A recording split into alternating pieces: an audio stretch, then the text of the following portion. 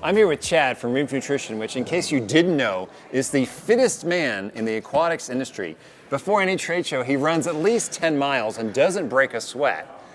But Chad, enough about you. Let's talk Reef Nutrition. Yeah, okay. You guys are known for pellets, you're known for pods, but where did all this start with you and your aquatic background? Well, with my aquatic background, I started back in 1988. So, You know how old I was in yeah, 1988? how old? 9. Yeah. Were you running back then? So, no, I hated running. I just picked it up in the past 10 years. I got inspired by Jacques Cousteau. There's a name that some people may not recognize, but I got my first saltwater tank when I was 14 years old and decided that I wanted to turn it into a career. So I went to college for marine biology, discovered aquaculture, so breeding things, growing things in the aquatic world to sell, and I got into that. And my career has been nothing but that since.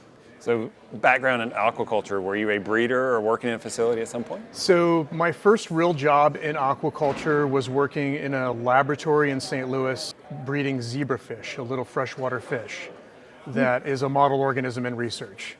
And so we were doing in vitro fertilization and basically stripping the females of eggs, the males of sperm, fertilizing them, growing them in our little laboratories and feeding them and things like that, doing live feeds.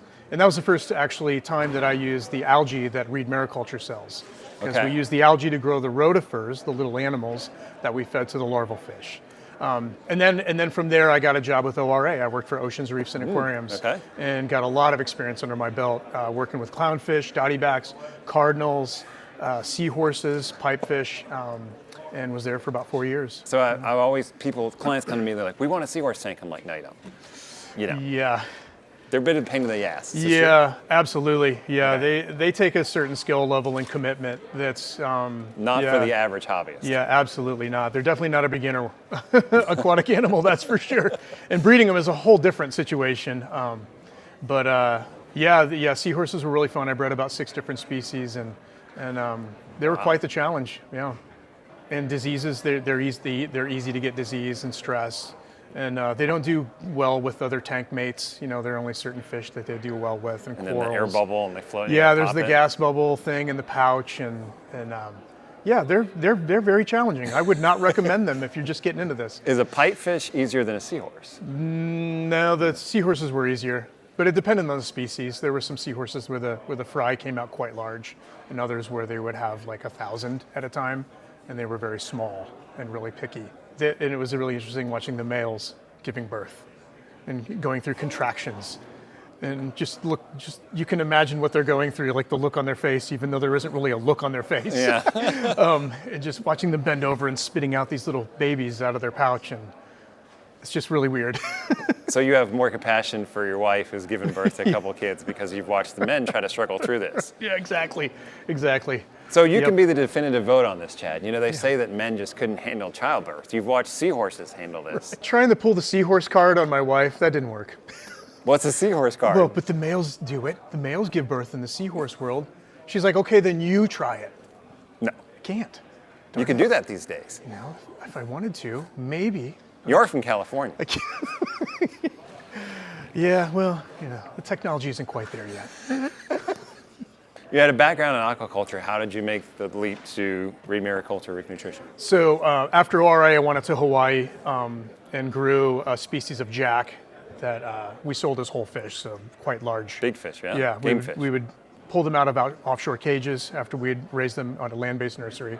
So we were raising them from larval fish all the way up to quite large individuals. So you got the larvae out of the ocean, grew them, and then So no, we had broodstock that spawned. Okay, in captivity. And this is all in captivity. Okay. We had a land-based nursery, so the broodstock would spawn. We would hatch the larvae, and this is where I got a lot of experience with growing copepods, because copepods have a very small larval stage, which we call anopleus or anoplei, plural. Okay. And this needs to be small because the larval fish's mouth is only so big. And so other live food organisms like Artemia and brine shrimp and rotifers are too big for these animals. So we had to feed them copepods. And so we would grow them up in our nursery, and then once they were big enough, we would put them in these cages that were submersible off the coast of Kona, off the Big Island. and feed them. We had to like go out to these cages and dive the cages. It was terrible. Every day? Yeah, it was horrible. And we had to fish all the way there and back. Here in Hawaii, you have to fish there and back. You have to dive every day and feed fish. Right. And siphoning tanks while humpback whales are breaching. I mean, it was miserable. It was a hellscape. Why did you leave? Yeah.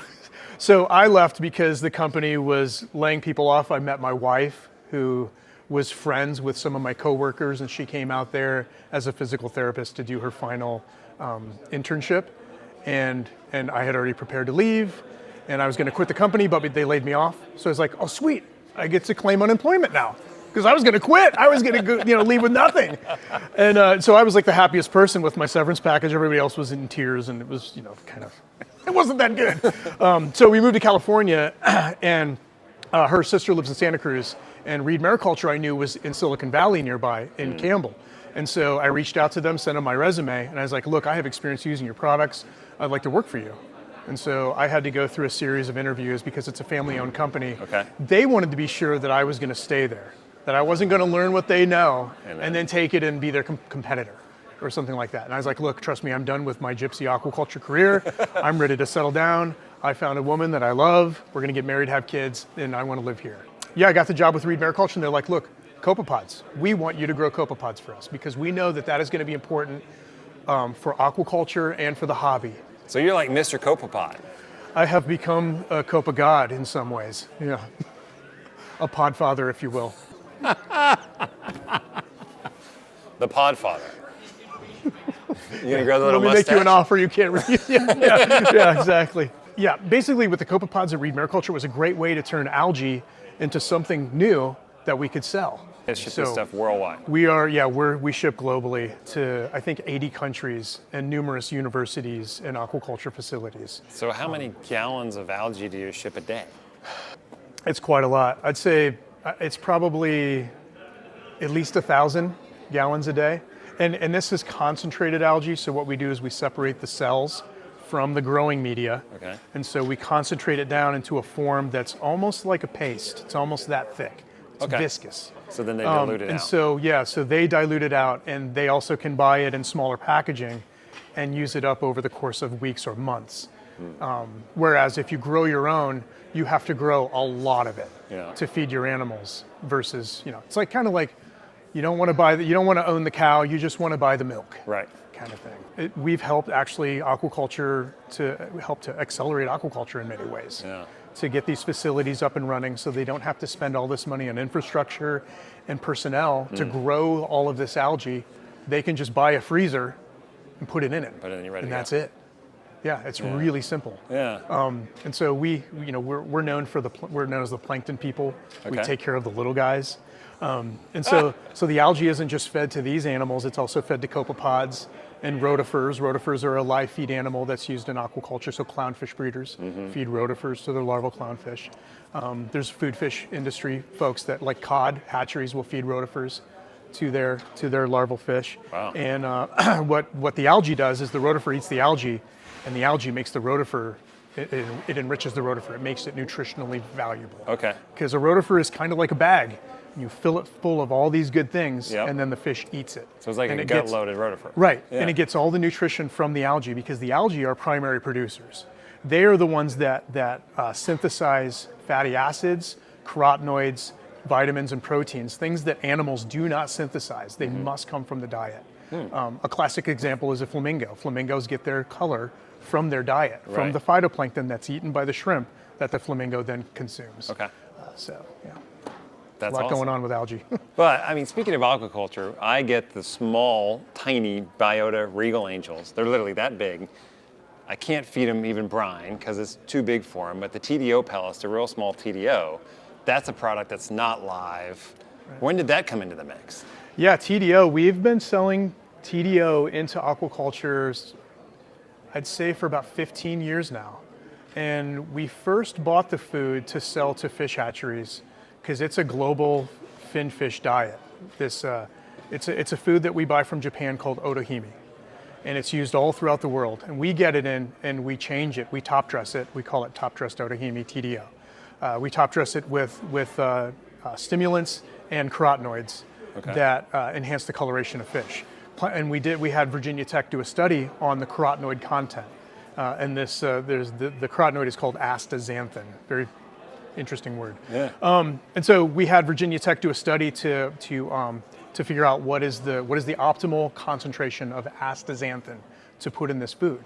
And they found it for us, and we promoted it to clownfish breeders, and it really helped with these clownfish breeders to produce a fish that looks much more wild type than if you're feeding it some subpar food. And the fact that it's a dry food is huge because it comes in a variety of sizes. It starts off as a powder, almost a powder size, at about 250 micron, which is roughly the size of the rotifer that these clownfish breeders would be using. So they could introduce this food even before these animals go through metamorphosis. And so they're feeding this dry food, and once they get them onto this dry food completely, then it's their process is a much easier. Yeah. Because then they can put the live feeds cultures on autopilot, so to speak, and then feed them this pelleted food. And TDO coming in different sizes means that as the fish grows, they can offer it the next size up. And so that fish can consume it, digest it. And that's the other thing, is this food has got good integrity, it's got good nutritional components, and it's also easily digested. The animal, when it consumes it, converts most of that into biomass, into growth. And that's very important for people in aquaculture. They don't want to feed something that the fish is only going to, incorporate half of the food into their body, and then the rest comes out as waste, because a lot of that waste pollutes their system. Now, is that true? Like, I hear a lot about people talk about wheat and then fish foods. You don't want that because that's really just waste. There are some sources like starches and things that go into making fish foods. These are like binders. Some of them are nutritive binders. So you will see on the ingredients list that there are some terrestrial sources of ingredients that go into these pellets, and those are a tiny fraction of what the pellet is made of. TDO is primarily krill, fish meal, and squid, and those are very enticing to animals to fish.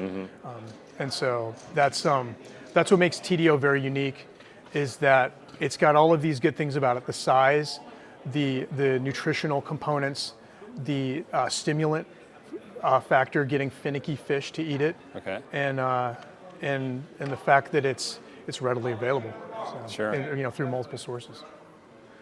More than I never thought it was behind the product, but that's cool to hear how you used it, then you grow it, and now you rep it. I mean, you've come full circle on this. Yeah, and we're continuing to find different sources or different uses from our customers for TDO.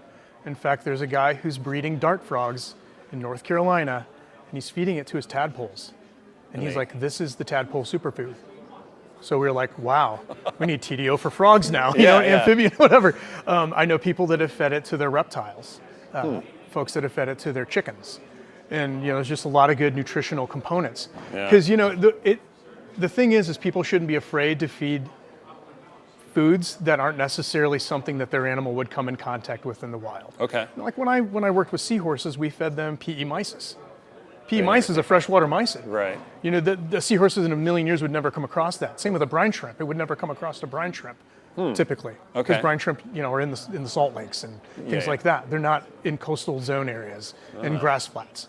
And so these are the same things. These components, fish, squid, and krill in the TDO, can also be applicable for freshwater fish, freshwater invertebrates like the beautiful neocardenid shrimps that people work with, and amphibians. And so there's just a huge variety of uses, and we always tell people, don't hold back, give it a try. Sure. So, that's awesome. That's cool. I learned tons by just talking to you, Chad. Yeah, right on. So we got to know though, what's your time in the mile? So my best time is 7 minutes and 4 seconds. That's 7 minutes 4? Yeah. You got to get another 7-minute mark. It's pathetic. My 12-year-old son can blow me away on that. Really? Yeah. He runs like a 6-minute mile.